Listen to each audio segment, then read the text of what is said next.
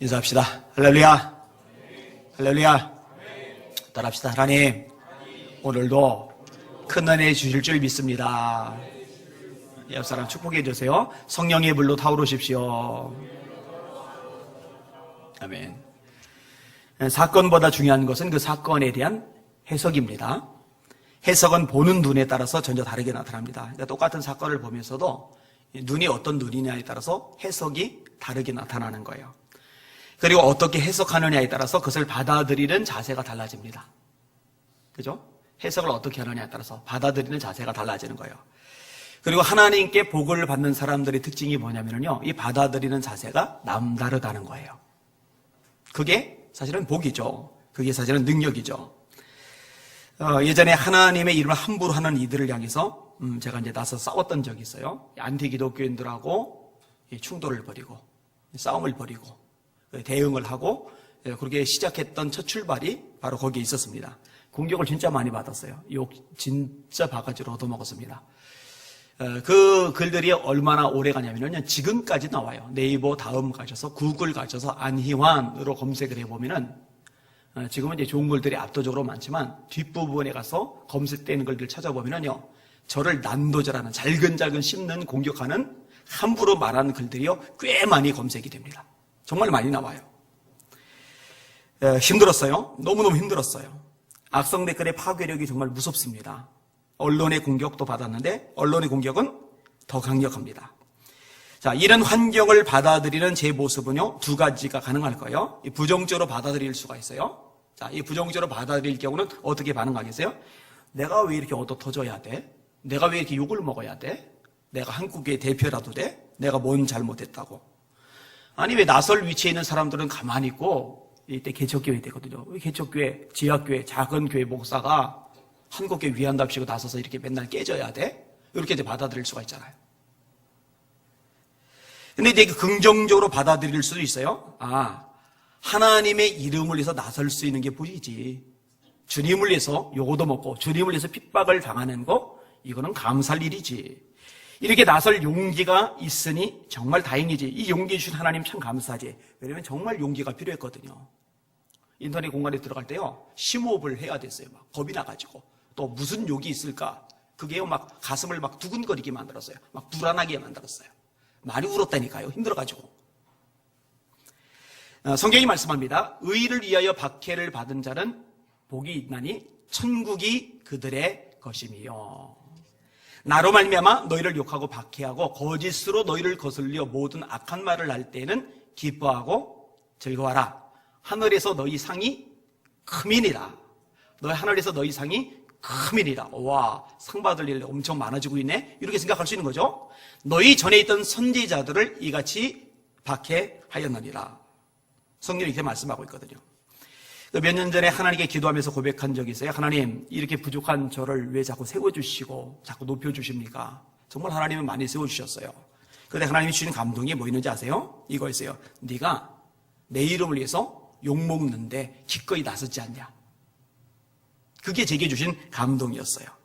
힘들고 눈물 나고 고통스럽고 외로웠지만 나서길 잘했다는 결론이 나오죠. 부정적으로 해석하지 않고 부정적으로 반응하지 않고 긍정적으로 받아들이길 잘했다. 이게 이제 결론이 되는 거죠. 여러분, 초대교회 사도들이요, 옥에 갇히죠.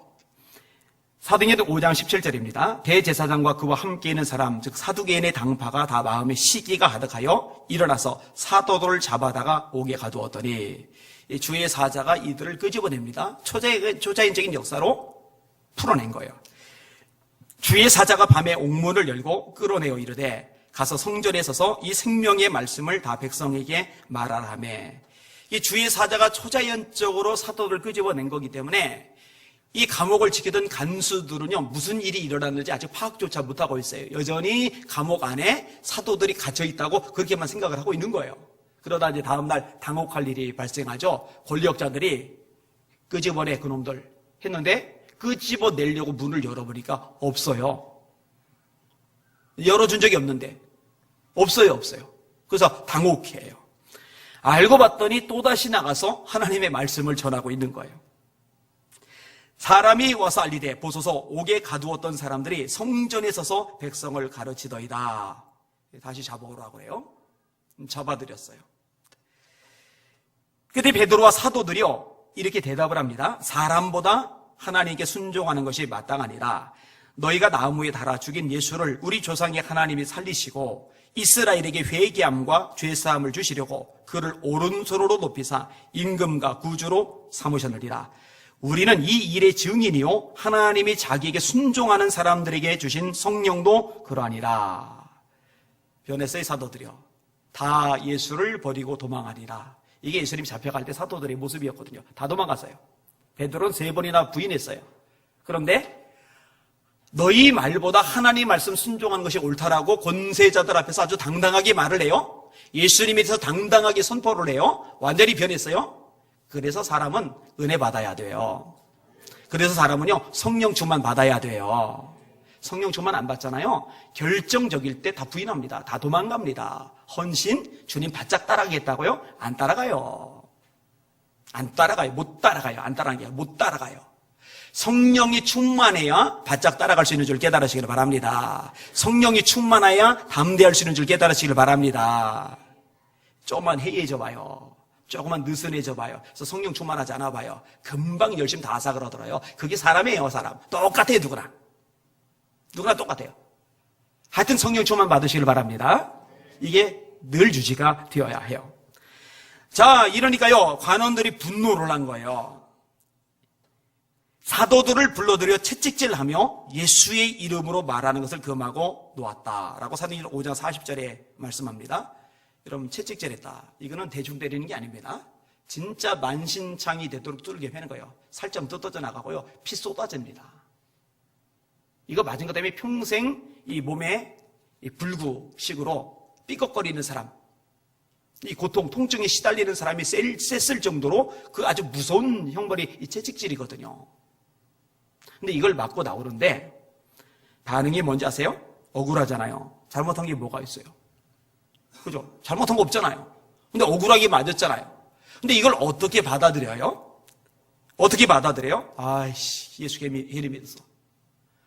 아이씨, 이제 전도 안 해. 내가 전도하다가 이게 뭐야? 하나님 전능하시면, 나 사랑하시면은, 내가 이렇게 주님이 원하시고 주님이 기뻐하시는 일을 하는데, 나 맞도록, 이 피투성이 되도록 내비두시고, 아이씨, 안 해. 이렇게 반응할 수 있잖아요. 이렇게 받아들일 수 있잖아요. 근데 사도들이 어떻게 받아들였느냐? 사도들은 이 이름을 위하여 능력받는 자로 합당히 여기심을 기뻐하면서 공의 앞을 떠나니라. 기쁨으로 받아들여요. 야, 내가 예수의 이름을 위해서 이렇게 고난을 받을 자격을 얻었구나. 내가 감히 그런 자격을 받았구나. 그 자격 받은 것 때문에 감격하면서 성교를 떠나는 거예요. 자격. 여러분 자격증 따면 기쁘죠? 여러분 제가요 2종 보통 면허를 땄잖아요. 원래 처음에. 왜냐면은 손이 하나예요. 손이 하나인 사람은 스틱을 운전을 못해요. 그죠? 핸들도 잡고 스틱도 잡아야 되는데 핸들을 잡으면 스틱을 못 잡고 스틱을 잡으면 핸들을 놔야 돼요. 그래서 저는 스틱으로 면허를 따야 되는 1종 못 따요. 그런데 2종을 따고 나서 10년 동안 무사고가 됐더니요 1종 면허를 그냥 주더라고요. 지난번에 운전면허 시험장 갔더니요 1종 면허를 주는데요, 와, 나는 학교에서 최우수상 상장 받았을 때보다 더 기쁘더라고요. 막 얼마나 기쁜지 너무너무 기뻐요. 자격증. 근데 여러분, 주님을 위해서 고난받을 만한 자격이 있다고 내가 인정받았구나. 주님 위해서 고난받을 자격이 있다는 그 자격증, 그것 가지고 기뻐하는 거예요. 받아들이는 게 다르잖아요. 받아들이는 게 달라요. 오늘 설교 제목 따라합시다. 복을 받는 사람은 받아들이는 자세가 다르다. 한 번 더요. 복을 받는 사람은 받아들이는 자세가 다르다. 여러분 받아들인 자세가 달라지시길 주님의 이름으로 축원합니다. 똑같은 사건, 똑같은 문제, 똑같은 장애물, 똑같은 고난, 똑같은 외로움, 똑같은 절망, 똑같은 사연을 가져도 그거를 어떻게 보느냐에 따라서 해석이 달라지고 어떻게 해석하느냐에 따라서 받아들이는 자세가 달라져요. 여기서 수준이 결정이 나는 거예요. 자, 오늘 본문으로 돌아옵니다. 오늘 본문에 보면요, 다윗이 드디어 평화를 얻게 돼요. 오랜 세월 만에. 1절 말씀을 같이 읽을게요. 시작. 여호와께서 주의 모든 원수를 무찌르사 왕으로 궁에 평안히 살게 하신 때에 1절에 1절 오늘 본문의 1절이에요. 끊어서 읽었어요. 다시 읽을게요. 시작. 여호와께서 주의 모든 원수를 무찌르사 왕으로 궁에 평안히 살게 하신 때에 사실 세상살이에서 평안보다 더 좋은 거는 없는 것 같아요. 음식이 아무리 좋은 게 많아도요, 마음이 평안하지 않으면 소화불량 걸리죠. 침대가 아무리 고급이어도요, 평안하지 않으면 깊은 잠에 못 들죠. 가진 게 아무리 많아도 평안이 없으면 사는 게 낙이 없죠. 하워드 휴즈 얘기를 제가 전에 끄집어냈는데 이분은 항공사를 가지고 있어요. 여러분 아시아나나 대한항공 하나 가지고 있다고 생각해봐요. 재벌이잖아요. 근데 이번에 항공사만 가지고 있느냐? 호텔도 많이 가지고 있어요. 많이가 아니에요. 한 개만 가지고 있어도 이거 재벌이잖아요. 영화사도 가지고 있어요. 도대체 기업체가 하나만 가져도 어마어마한 재벌일 텐데 얼마나 기업체가 많은지 몰라요. 근데 이분이 죽을 때 죽은 원인이 뭐 이런지 아세요? 영양실조였어요. 영양실조. 납득이 가세요? 아까 말했잖아요. 먹을 게 아무리 좋은 게 많아도 평안이 없으면 소화불량 걸려요. 침대 아무리 좋아도 평안이 없으면 잠 깊이 못 들어와요. 평안이 본질이죠. 이분이 베개 밑에다가 늘 권총을 이렇게 놓고 자요. 누가 자기를 해할까봐. 가족도 못 믿어요. 친구도 못 믿어요. 신복도 못 믿어요. 늘 외롭게 지내다가 비참하게 죽었어요. 그 뭐예요, 그거? 평안이 없으니까요. 대단한 거, 어마어마한 거 다 가졌는데 의미가 없는 거예요. 평안이 있어야 누릴 수가 있는 거예요. 평안이 진짜죠. 근데 하나님이요 다윗에게 평안을 주셨어요. 오늘 본문에 말씀하고 있잖아요. 여호와께서 주의 모든 원수를 무찌르사 왕으로 궁에 평안히 살게 하신 때에 궁에 평안히 살게 하셨다. 이게 다윗이 노력하고 애를 써서 이 평안을 쟁취한 게 아니라 하나님이 평안을 다윗에게 허락해 주신 거예요. 그러니까 사람이 발버둥 치고 노력한다고 평안이 유지가 되고 누려지는 게 아니라 하나님이 그 평안을 주셔야 그 평안을 누릴 수 있고 하나님이 평안을 주셔야 그 평안을 유지해 나갈 수 있는 줄 믿으시길 바랍니다. 근데 그렇게 되게 하시기 전에 하나님이 뭘 하셨다고요? 모든 원수를 물리치신 거예요. 여러분 다윗에게 대표적인 원수가 누구예요? 사울이죠. 사울. 다윗에게 사울은 진짜 나쁜 인간이에요. 나라를 구한 다윗을 죽인다고 단창을 집어던지니까 한 번 집어던지고 말아요? 툭 하면 집어던져요. 무슨 다윗이 심심풀이 땅콩입니까? 파리채로 파리 잡듯이 그냥 그렇게 군대를 거느리고 쫓아다녀요. 가족들이 불이익을 당해야만 했습니다. 여러분 사울만이 원수가 아니에요. 사울 열패 빌부터 가지고 같이 다윗을 괴롭히던 그런 신복들이 있어요. 예를 들어서 도액 같은 인물. 다윗이 사울을 패 도망가다가 아히멜렉이라는 제사장에게 도달을 합니다. 배가 고파요. 먹을 거 주세요. 그러니까 물려낸 떡, 진설병 새 거 갖다 놓고 이전 거 이렇게 빼낸 거 그거밖에 없다고. 그거 다윗에게 주잖아요. 혹시 저 무기 쓸만한 거 좀 없어요? 내가 때려잡은 골리앗의 칼 나한테 있는데 그거 주세요. 그거보다 좋은 거 없습니다. 이 광경을 옆에서 다 지켜봤던 인물이 도액이에요. 어느 날 사울 왕이요 씩씩거리면서 이렇게 이야기를 끄집어냅니다. 들어보세요. 사울이 곁에 선 신하들에게 이르되 너희 베냐민 사람들아 들으라. 이새의 아들이 너희에게 각기 밭과 포도원을 주며 너희를 천부장 백부장을 삼겠느냐. 너희가 다 공모하여 나를 대적하며 내 아들이 이새의 아들과 맹약하였으되 내게 고발하는 자가 하나도 없고 나를 위하여 슬퍼하거나 내 아들이 내 신하를 선동하여 오늘이라도 매복하였다가 나를 치려하는 것을 내게 알리는 자가 하나도 없도다. 이게 툴툴툴툴툴 막 되는 거예요. 원망하고 불평하는 거예요. 이럴 때 도액이 입 좀 다물었으면 참 좋았을 텐데요. 옆에서 입을 벌려요. 나발을 불어요. 뭔 나발을 불어요? 임금님, 사실은요 다윗이 아히멜렉 제사장에게 갔는데요. 그 아히멜렉 제사장이요 떡도 내주고요 골리앗의 칼도 내줬어요. 이러니까 사울이 진놀래가지고요 제사장 집안 사람들 다 죽여버려요. 아비아달 한 명 도망가고 다 떼죽음을 당해요. 도액이 입만 다물었으면 제사장 집안 그렇게 떼죽음 안 당해도 되거든요. 근데 입에서 나불거리고 이거예요. 이 입이 참 문제예요. 가만히 있지. 그러니까 그런 도액 같은 인물도 원수 맞아요. 그 다음에 또 누가 원수예요? 블레셋 사람들 원수죠. 다윗이 왕이 됐다는 소식을 들으니까 제일 먼저 한 일이 뭐냐? 다윗을 찾으러 왔대요. 이게 우리가 사무엘하 5장 공부할 때 다뤘어요. 다윗을 찾으러 왔대요. 이거 아주 굉장히 기고만장한 표현입니다. 다시 말해 다윗이 여전히 자기의 손아귀, 아기스 왕의 손아귀 있다고 생각을 하는 거예요. 저는 왕이 됐어? 내 부하로 내가 데리고 있었는데 시글락 성도 내가 빌부터 살도록 제공해 주었었는데 저놈이 왕이 됐어? 그러면 내가 도로 데려와야지. 그러면 이스라엘도 내 손에 들어오겠지. 그래서 다윗을 찾으러 왔대요.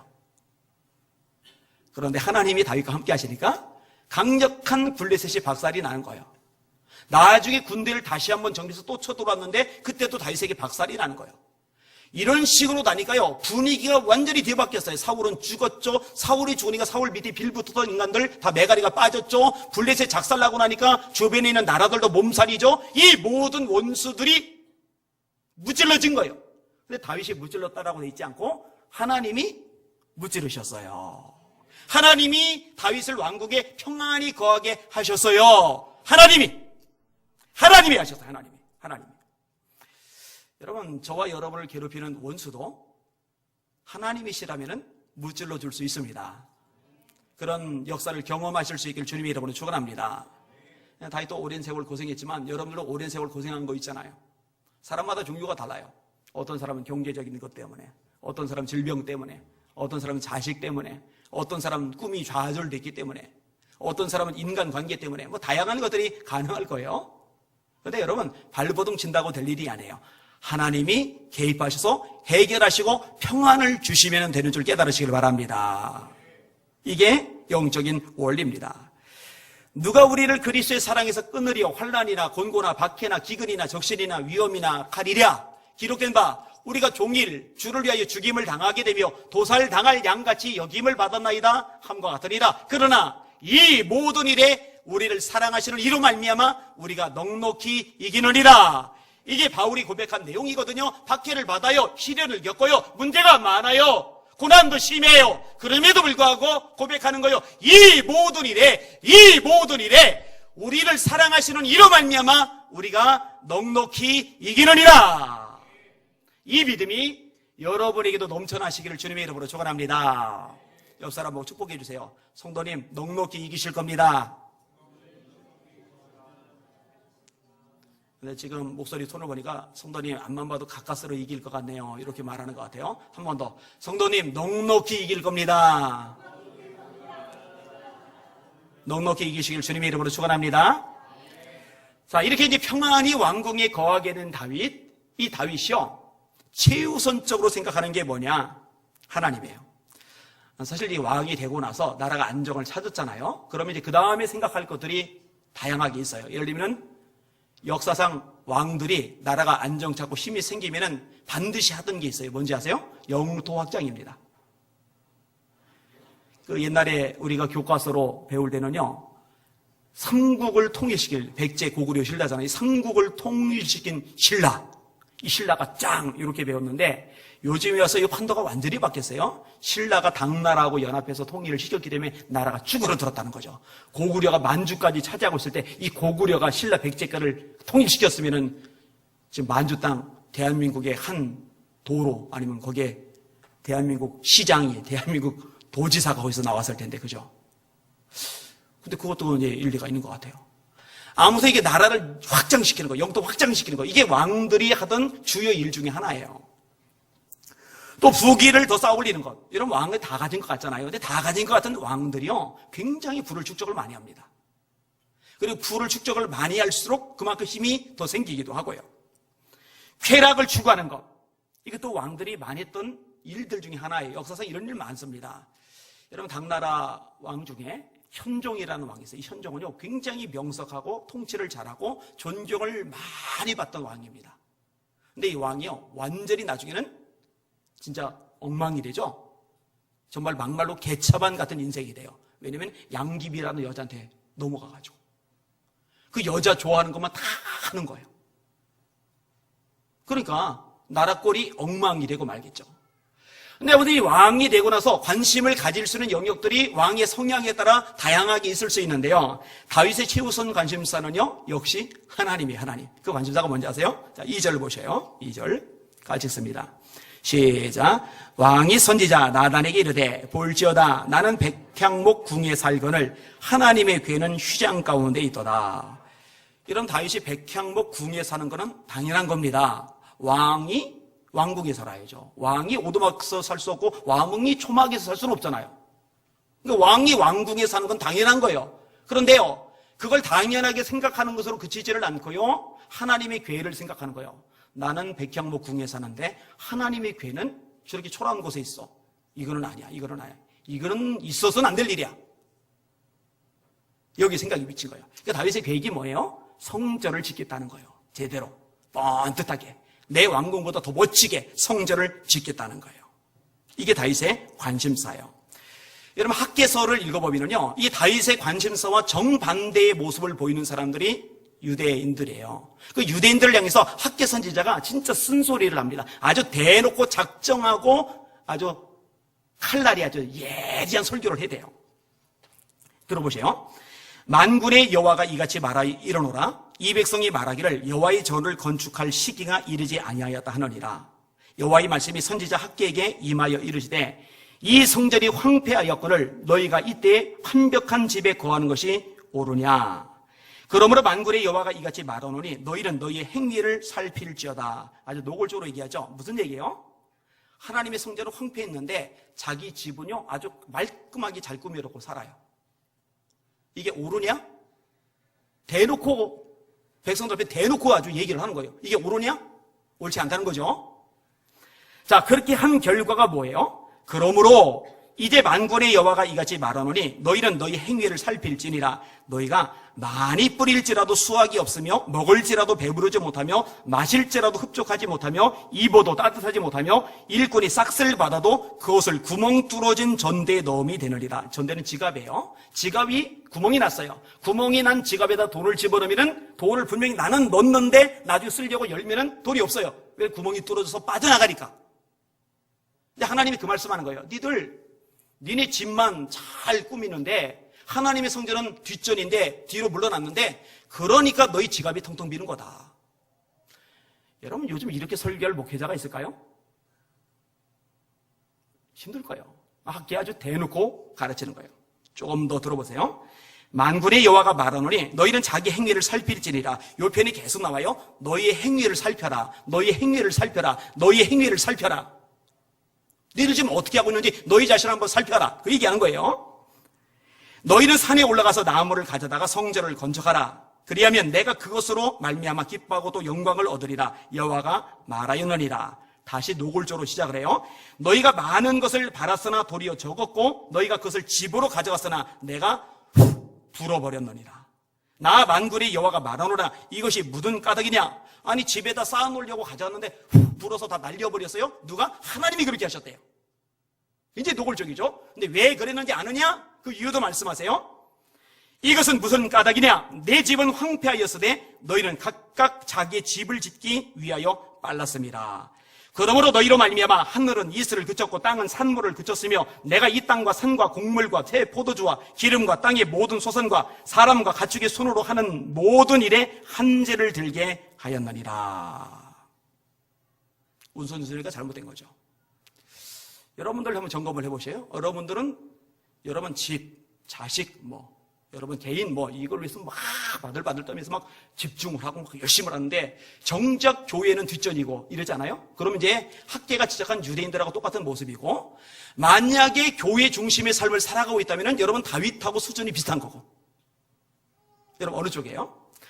제가 예전에 오카는 목사님의 설교를 계속 들었어요. 그분이 우리나라 최고의 설교자라고 저는 그렇게 판단을 해요. 정말 대단한 설교자입니다. 근데 그분의 설교를 듣다가 한번 깜짝 놀랐어요. 이분이 화장실을 갔는데 이 두루마리 화장지가 쭉 이렇게 풀려 있었던 모양이에요. 근데 이분이 설교 시간에 그 두루마리 화장지 풀렸다고 막 얼마나 노발대발 소리를 높여가면서 막 교인들 막 책망을 해대는지 제가 민망했어요. 야, 이 대형교회인데 여기는. 이 사랑교회는 강남 한복판의 최고 부자. 거기는 재벌들이 무지 많거든요. 거기 무지막지하게 몇 억씩 헌금한 사람도 센 교회인데 화장지 두루마리. 여러분, 화장지 두루마리를 1억 원어치 사면 얼마나 될까요? 여기 다 차죠, 여기. 다 차고도 남죠, 이거. 다 채고도 저기 옥상에도 채워놔야 될 거예요. 근데 그거 좀 풀렸다고. 뭐 이렇게 난리피지? 제가 그랬어요, 처음에. 근데 나중에 깨달아졌어요. 이분 제대로 가르치시는구나. 자기 집 화장지는 그렇게 낭비 안 해요. 근데 하나님의 교회 화장지는 줄줄이 불러요. 내 거 아니라고, 우리 집 거 아니라고, 우리 돈 안 나간다고. 이거는 잘못된 거. 아, 이분이 굉장히 바로 가르치고 계시는구나. 그래서 훌륭하구나. 제가 뒤늦게 그걸 깨달았어요. 둔한 거죠. 제가 둔한 거죠. 여러분, 집안은 깔끔하게 정리해요. 난장판 안 만들어요. 그런데 교회의 당은 난장판 만들어 놓기도 하잖아요. 너저분한데. 집 너저분하면 다 쓸고 닦는데요. 교회 너저분하면 누가 하겠지. 그러니까 우선순위가요, 완전히 교회는 뒷잔이죠. 이거는 신앙이 기본이 안 된 거죠. 휴대폰 신용 나오면요, 한 돈 100만 원씩 들어가잖아요. 그 돈 100만 원씩 들어서 팍팍 사요. 근데 선교비는요, 10만 원도 벌벌벌 떨어요. 그 자기 애용품 위해서는 그렇게 하면서 하나님의 나라 확장 하는 선교사님들, 땡볕 돼서 고생하고 신음하는 선교사님들한테는 벌벌벌벌 떨고, 이거는 완전히 순서가 뒤바뀐 거죠. 제가 휴대폰 쓸만한 거 싸게 사는 비결 알려드렸잖아요. 그죠? 예를 들어서 갤럭시 S5가 되게 좋다고 평이 났다. 그러면은 그거 다음 건 하고, 그리고 그것도 다음 건 하고 할 때 100만 원 하던 갤럭시 S5가 한 10만 원대, 20만 원대로 뚝 떨어져요. 근데 성능은 좋아요. 그러니까 최신형 굳이 안 사도 돼요. 그리고 나머지 걸로 선교사님들 후원하는 데 쓰면 되잖아요. 근데 신형 산다고 더 획기적으로 스마트폰을 아주 전략적으로 잘 쓰느냐? 아니요, 맨날 하는 거 카톡만 해요. 그냥 웹서핑만 하고 하는 거 똑같아요. 뭐 별로 대단한 것도 없어요. 이렇게. 여러분, 생각을 좀 바꿀 필요가 있어요. 가치를 좀 바꿀 필요가 있어요. 최근에 아내하고 최수설 장로님에 대한 이야기를 나눈 적이 있어요. 제가 그렇게 평가를 했어요. 이분은 교회가 최우선인 분.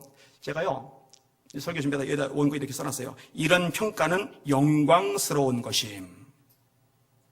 이 다윗의 자세는요, 굉장히 바람직한 거예요. 왕이 됐어요. 이제 하고 싶은 것도 되게 많을 만한데 다 뒷전이에요. 제일 처음에 하고 싶은 게 뭐냐? 하나님을 위해서 성전을 짓자.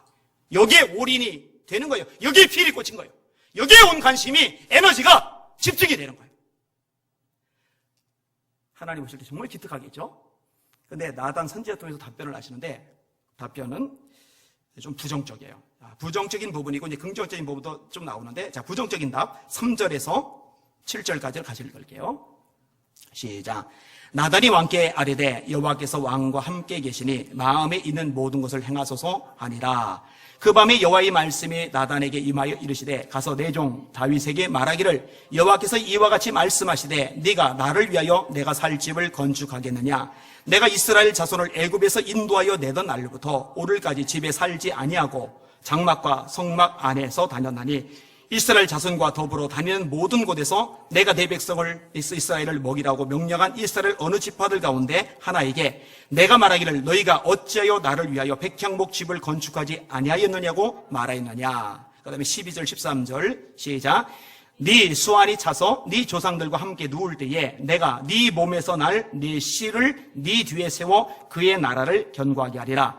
그는 내 이름을 위하여 집을 건축할 것이요 나는 그의 나라 왕위를 영원히 견고하게 하리라. 무슨 말이에요?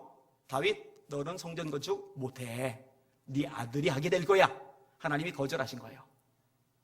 그러니까 다윗에게 실망스러운 답변이에요. 근데 이제 복에 대한 말씀도 또 이어져요. 자, 8절에서 11절까지를 같이 읽을게요. 시작.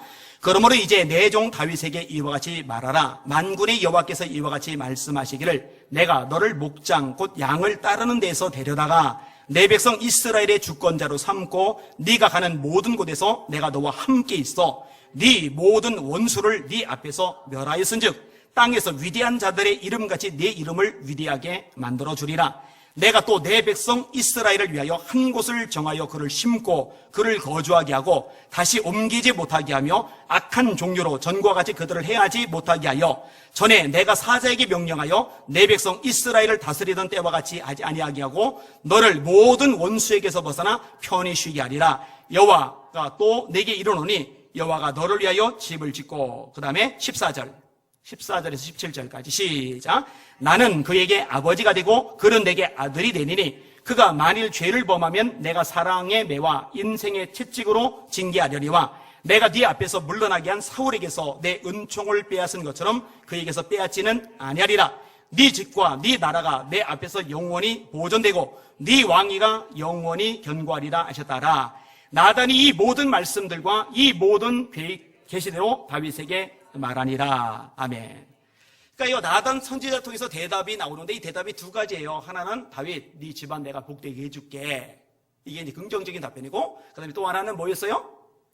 다윗, 너는 성전 못 지어. 네 아들이 질 거야. 그럼 다윗의 지금 진짜 관심사는 뭐였던 거예요? 성전을 짓는 것. 근데 하나님이 거절하신 거예요. 그러면은 마음이 상할 수 있죠. 불편할 수 있죠. 이거를 기분 나쁘게 받아들일 수 있잖아요. 근데 뒤에 나오는 다윗의 기도 내용을 보잖아요. 이거를요, 기쁨으로 받아들여요.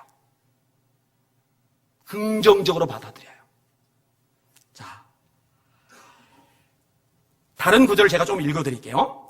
다윗에게 성전 짓는 거 허락하지 않은 이유가 있어요. 이 이유를 다윗이 알고 있어요. 솔로몬에게 유언할 때 이게 분명하게 드러나요. 이렇게 말씀합니다.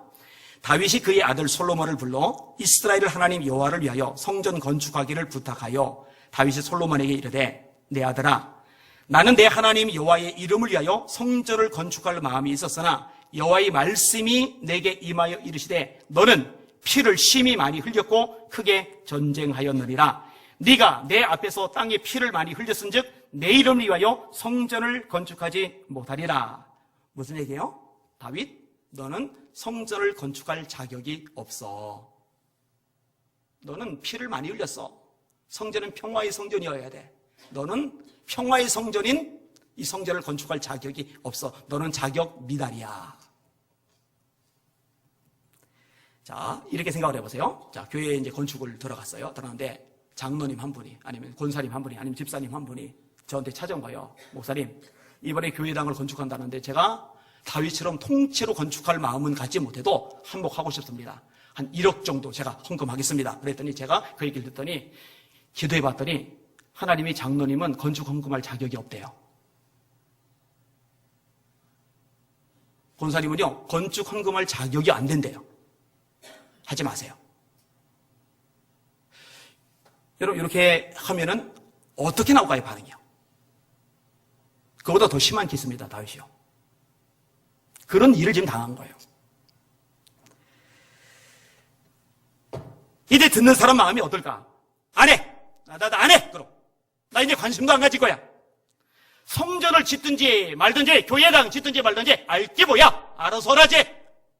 이렇게 나올 수 있어요. 그죠? 그렇게 나올 수 있다니까요. 오늘 본문을 보면서 이런 부분이 이제 눈에 확 들어오는 거예요. 거기서 이제 제목을 잡은 거죠. 다윗의 위대함이 여기서 드러나는 거예요. 다윗이요, 감정적으로 반응하지 않아요. 그걸 부정적으로 기분 나쁘게 생각하지 않아요. 이걸 굉장히 긍정적으로 받아들여요. 자, 18절. 한 문절 보세요. 18절.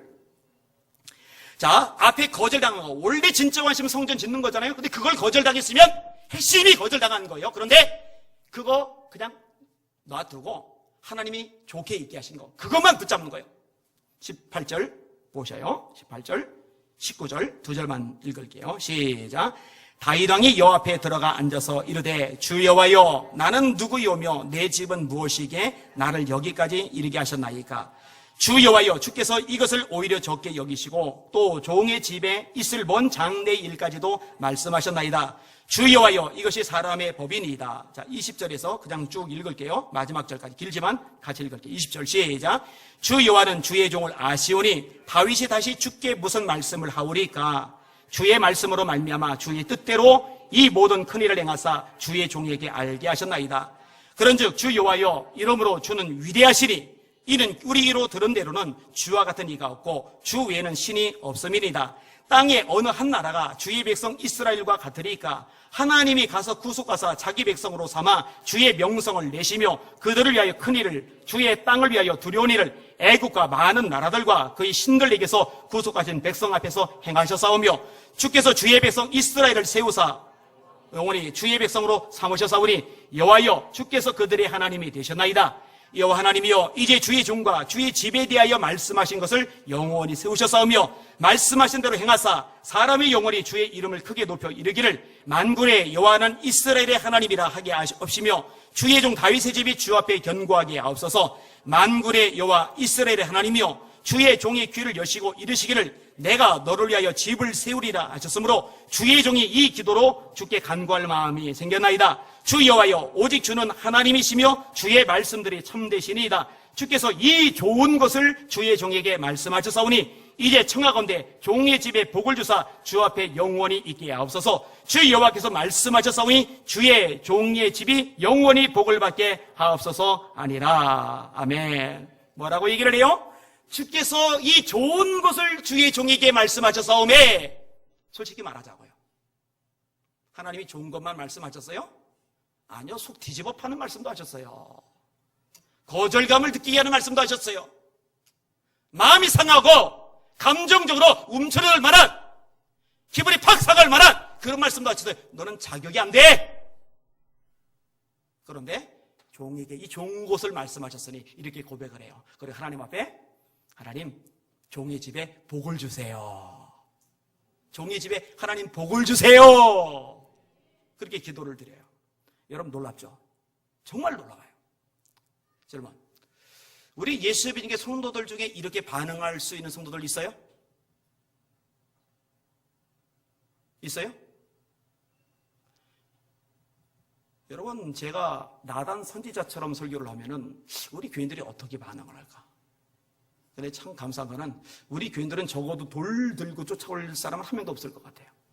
그 다음에 멱살 잡을 사람도 한 명도 없을 것 같아요. 그런데 이제 뒤에서 덜덜덜덜덜덜 되는 사람들은 꽤 많을 것 같아요. 나단처럼 설교를 하면은요. 지금은 그래도 많이 부드럽잖아요. 나단처럼 설교를 하면은요. 아니면 기분 나빠가지고 씩씩거리는 사람 많을 것 같아요. 여러분, 어떤 말을 들었을 때, 어떤 상황과 사건이 발생했을 때, 솔직히 인간적으로 거절감 느끼고 마음 상하고 열등감, 자격지심에 휘말릴 수 있어요. 그럼에도 불구하고 어떻게 보느냐에 따라서 해석이 달라질 것이고, 해석을 어떻게 하느냐에 따라서 그것을 받아들이는 자세가 달라질 거예요. 이게 신앙의 수준이라니까요. 제가 설교할 때 가끔 얘기하잖아요. 제가 성경의 원리를 자꾸 발견하고 읽다 보니까, 끝없이 읽다 보니까 계속 보이고 발견되는 거예요. 그러면 그 원리를 실천하는 거예요. 그럼 제게 복이 되니까. 이 성경의 원리를 발견하다 보니까요, 일이 문제가 아니고, 사람이 문제가 아니고, 사건이 문제가 아니고, 상황이 문제가 아니고, 장애물이 문제가 아니고, 그런 것들을 보는 내 눈이 문제고, 이런 것들에 반응하는 내 마음과 내 입술의 말이 사실은 본질이더라고요. 그러니까 똑같은 어려움, 똑같은 고난, 똑같은 눈먼, 똑같은 외로움, 똑같은 아픔을 겪어도 이거를 믿음으로 해석해서 믿음으로 받아들이는 사람이 있고, 불신앙으로 해석해서 원망과 불평의 기회로 삼는 사람이 있고, 그리고 결국은 믿음으로 해석하고 받아들이는 사람이 복의 주인공, 복의 쟁취자가 되더라고요. 그러니까 결단을 하는 거죠. 수요일날 한 분이 저를 찾아왔어요. 제 설교를 듣는데요, 유튜브 통해서. 그래서 우리에게 출석하고 싶어서 왔대요. 근데 뒤늦게 이제 신학을 공부를 해요. 근데 이분이 이제 한국교회를 보면서 부정적인 마음이 너무 많은 거예요. 절망감이 꽉 찼대요. 그래서 예전에 정말 뜨겁게 기도했는데 저를 보니까 이전에 자기가 뜨겁던 모습이 생각나면서 자극이 된대요. 거기까지는 좋아요. 근데 기도의 동력을 이제 잃었대요. 소망이 없대요. 그래서 제가 마지막에 그 얘기했어요. 제가요, 한 가지 결심을 했어요. 절대로 상황이나 환경이나 처지 보고 나는 절망하지 않겠다. 나는 하나님께 소망을 두겠다. 이렇게 결단을 저는 했어요. 다 끝장난 것 같아도 하나님 살아계시고 그분이 손대시면 살아납니다. 이걸 믿어야 돼요. 그리고 당신 기도 다시 시작하세요. 그 얘기를 해줬어요. 우리 임동철 집사님 옆에서 다 들었어요. 옆에서 그냥 막 어쩔 줄 몰라요. 막 이렇게. 여러분, 그건 결국 선택이에요. 어떻게 하기로 선택할 것이냐. 그건 여러분에게 달린 거예요. 믿음으로 받아들이고 믿음으로 반응하실 수 있기를 주님의 이름으로 축원합니다. 말씀을 정리할게요. 오늘 본문 제가 세 가지 요지로 나눠서 설명을 드렸어요. 하나는 하나님이 평안을 주신다. 따라합시다. 평안은 하나님이 주시는 거다. 발버둥 친다고 취해지는 게 아니에요. 하나님이 주셔야 돼요. 하나님의 평강이 그리스도 예수 안에서 너희 마음과 생각을 지키시리라. 자, 평강을 찾았어요. 이제는 쭉쭉 뻗어가면 돼요. 근데 왕으로서 막 취하고 막 누리고 할 수 있는 것이 굉장히 많을 텐데 다윗의 최우선 관심사는 뭐냐? 하나님. 하나님 기뻐하시는 일. 나는 우리 성도들의 최고 관심사가 하나님이길 원해요. 교회 중심이길 원해요. 그렇게 되실 수 있길 주님의 이름으로 축원합니다. 그리고 이렇게 성전을 짓기 원하는 다윗 이렇게 헌신하는데 하나님이 참 기분 나쁘게 거절을 하셨잖아요. 근데 그것조차도 해석을 기가 막히게요. 하나님 이렇게 좋은 걸 말씀해 주셔서 감사합니다. 복 받을 그릇이 커요. 커요. 여러분 그릇 커지시길 바랍니다. 제 아내가 아침에 이제 이렇게 견과류를 갈아주잖아요. 아침 대신에 그거 먹고서 이제 기도를 하는데 우유가 없대요. 우유가 없다고 해놓고는 우유를 이렇게 잔뜩 컵에다 담아줬어요. 아니 우유 없다고 그랬잖아. 그랬더니 요즘 아내가 이렇게 천메이자 이렇게 가늠통 쓰다가 요즘은 넓적한 네모나고 무지 큰 거 있어요. 그거를 써요. 그게 싸다고. 근데 거기에 밑에 이렇게 살짝 고여 있어가지고 얼마 안 되는 줄 알았는데 이게 넓적하다 보니까 그걸 따르니까 컵에는 꽉 차는 거예요. 그죠? 그러니까 약간만 차도 그릇이 크면은요, 그게 사실은 소주잔이 꽉 찬 것보다 몇 배가 더 많은 거잖아요. 여러분, 여러분의 마음의 스케일을 좀 넓히시길 바랍니다. 이게 넓어야 받아들이는 게 달라지는 거예요. 여러분, 이 컵에다가 오물이죠, 오물. 아주 더러운 거. 한 방울 똑 떨어뜨리잖아요. 이거 못 써요. 바닷물에 한 방울 떨어뜨려 봐요. 넣는지도 몰라요. 이게 스케일이에요. 이게 그릇이에요, 그릇. 다윗 보세요. 까딱하는 거예요. 까딱하는 거예요. 이게 커가지고. 복을 받는 사람은 달라요. 마지막 따라합시다. 복을 받는 사람은 받아들이는 자세가 다르다. 여러분들은 지혜롭게 믿음으로 받아들이는 멋진 성도 되시기를 예수님의 이름으로 축원합니다. 축원합니다. 아멘. 기도하겠습니다.